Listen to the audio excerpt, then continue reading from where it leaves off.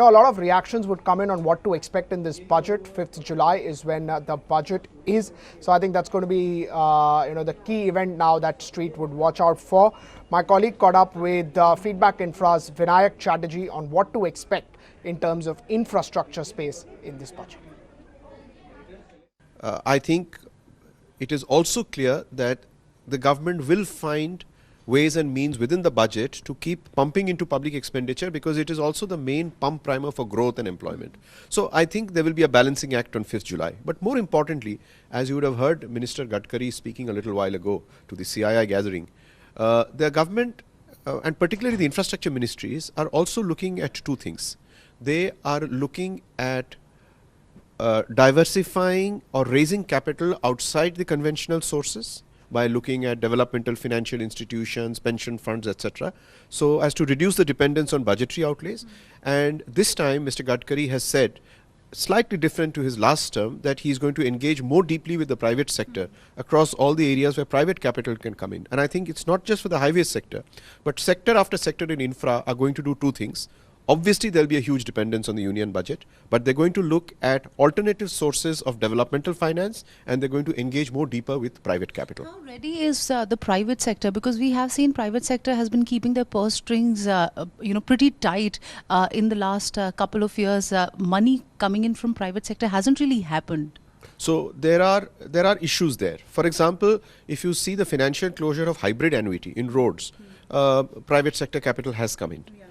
The real issue is, and this is something that you would have heard me talk about with the minister, the historically the model concession agreements, not just in the road sector but across many sectors, have clearly been seen to be rather one-sided. The risks allocation between public and private sector are not properly done, and we and CII today have asked to be engaged to review the whole risk allocation matrix. And I think if a fresh look is taken and model and concession agreements are structured which substantively address the risk that the private sector can bear and cannot bear, I think financing would become much, much easier. Would you say that the cost of capital also is very high, and that is one of the reasons that private sectors are kind of keeping their hands away from investing majorly into infra projects? I'm one of those people who believe that in 30-60 year concession periods, the cost of capital is important, but that is not the only driver. For example, the cost of capital wasn't particularly lower in the period 2007 to 2012, when you saw a huge burst of private investment in highways, airports, etc.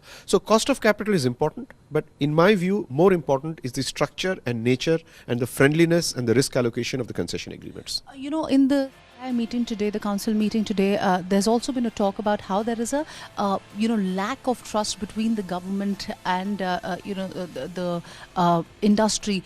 How what do you expect the government to do? How can we expect that trust deficit to be bridged?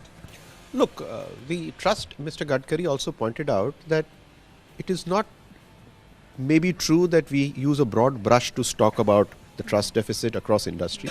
There may be particular sectors that are hurting more than others, and he basically said that there's no fundamental belief, or there is nobody out to create a trust deficit.